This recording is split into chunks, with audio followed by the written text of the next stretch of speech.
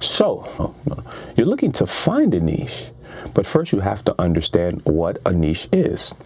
I recently did a video explaining exactly what a niche is and going through the steps of vetting out what your niche could be. Check the video out. It's okay to start out and you're doing a cooking video, and then you're doing an educational video. Then you're doing, I'll leave a pop-up, it'll come up right here. You can also check out that video for more explanation and depth to what a niche really is. So now that you know what it is, how do you get one? Go Pokeball!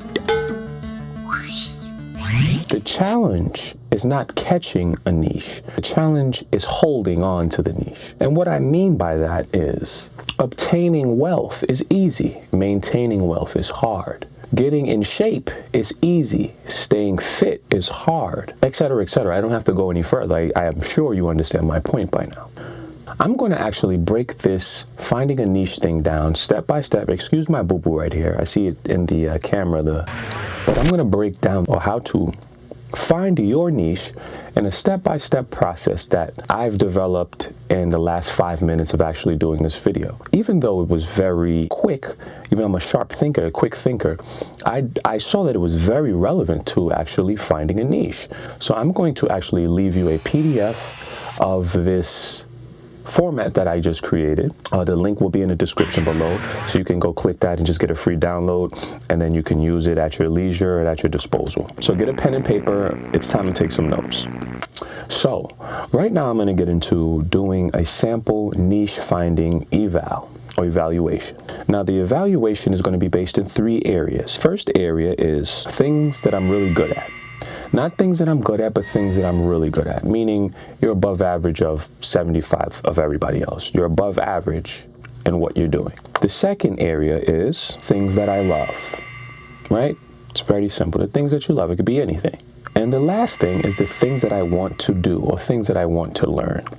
Now that you have these 3 boxes here, you can do this by hand. You don't have to download it. You can use your hand. This process alone, this entire process, should not take more than 30 minutes. Don't waste your time trying to get the perfect niche or procrastinate or actually put off actually creating the video and the content. Just put your mind forward on this and take 30 minutes. Set a timer on your phone. Take 30 minutes and actually do exactly what I'm telling you to do. The first step of this process is to actually write 10 things in each subject area or 10 things in each column box. So you're going to have 10 things that you're really good at. Then you're going to have 10 things of things that you really love. Then you're going to have 10 things of things that you want to do or things that you want to learn. Once you get that done, we're going to move to the next step. We're going to actually analyze this list now in depth to see if there are any similarities between each of the columns and what we can do with them. Before starting anything else, I like to go to worst case scenario, because I notice in my consumer affairs in life and in things like that I tend to have very specific issues that most people are not really addressing. And I know I'm not the only one in the world that has this type of experience. So I tend to want to start from the worst case scenario, and this being that you cannot find anything in relation in all 3 areas. So let's say you have something in box 1 or column 1 and column 2, but nothing to relate to them in 3. Or you have one in box 1 and box 3, or 2 and 3, whatever it is. I'm going to let you know you don't have to have similar or the same things in all 3 boxes. It was just a demonstration to see where your skill sets are. If you look at column 1, I'm going to break the columns down for you now. Looking at column 1 is the things that you're good at. These are your skill sets. These are the things that you're just naturally good at. You're just very good at numbers or analyzing, or whatever it is. These are the things you're really good at. Column 2 are the things that you love. These are your passions, things that you're passionate about. It could be cooking, it could be photography, it could be whatever. But column 2 is for your passions. And column 3 are your interests, things that you want to do, things that you have goals. These are your goals. Your goals and interests are category 3. So you have these 3 categories to really get into the meat of finding a niche. Now let's say you have something in 1. 1 is where we're going to focus at starting out, because it's something that you're already good at. And the reason is because if you're already good at something, that means that the learning curve of you having to learn more information about that specific niche is very small, or it's smaller than a person just getting into niche with no experience. So let's say you have something in column 1 and column 2 with similarities. This means that you have the skills to do the particular thing that it is, and you can provide a service. So let's say you're good at analyzing numbers, and you have a passion to help other people. You could become an accountant. You could become you could become an accountant, right? You can become a tax broker. You could become a credit repair person. There's a lot of different things that can go with those two specific dynamics. So now let's say you have something in the things that you're good at box, which is column 1 and column 3. This says to me that you have enough knowledge about the subject area and you can teach it to other people because you are interested. I feel that you can provide services when you don't really have an interest for it, but teaching it to someone when you don't have an interest is very challenging, and it can be very challenging because after a while it will become repetitive. It will become like a job. You don't want your job to feel like a job. So if you have those two dynamics going on, it means that you probably can teach something. You can provide courses, you can do YouTube, there's a lot of options with that as well. And those were just two things based on whatever the criteria is that I created here. I use numbers in basketballs. That was the example that I had provided here. I'm really good at numbers and I like basketball. Basketball is a passion of mine. So what I could do is start a YouTube channel that really goes and researches statistics that most people don't even know about professional basketball players or even collegiate basketball players. That's two niches that I just evened down. You can do NBA, you can do high school. That's another niche. Like I niched it all the way down. The niche is basketball, right? And in basketball, you can do dunk videos, top videos, or you could do statistic videos if you're good with numbers. You would like doing it, right? It's on my finger. Oh, what the hell is that? Seems to make sense. What I would suggest you guys doing is try to find a list of 3 to 5 things that correlate to each other through all 3 categories or all 3 columns. So you want to see if you can find some sort of uniformity or some sort of relation in between the things. Now, once again, worst case scenario, you do not find any relation, any of the things in any of the 3 columns. What I would suggest you do, you have to focus on what drives you.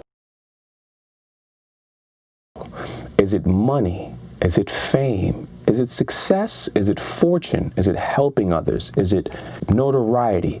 You have to find out what your main focus is for you. What is your driving force, right? If you want to have a lot of notoriety and you want to help people, then some of your choices are going to automatically be eliminated because they may be selfish-driven things or things only for you. With that being said, you can take that information that I gave you and just apply it. You'll find your way. You just have to trust yourself. Just go through the things, just go through your list, cross off circle, and then compile a list after that list, and then you'll get closer to actually finding what it is you want to do. After you have your list cleaned up, now you're going to actually narrow in. This is where you decide if you are comfortable enough to talk about, teach, explain, or provide a service for whatever the niche is. Are you okay with actually talking about this niche? Are you comfortable? Do you feel as though you can provide value to other people who are watching your content? I can't. Is your niche controversial? This is also another thing to think about, because some people want to put things and ideas out there, but they don't want their face attached to it. They don't want their brand attached to it, etc., etc. You can put your content out there without ever having to show your face.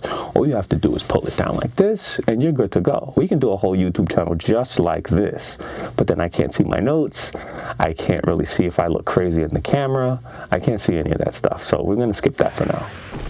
You have to remember one thing about content creation, putting yourself on YouTube, social media, all of these things. So when you're crafting your content and when you're crafting your niche, you also have to be very comfortable with what the subject area is. You have to be comfortable in your expertise.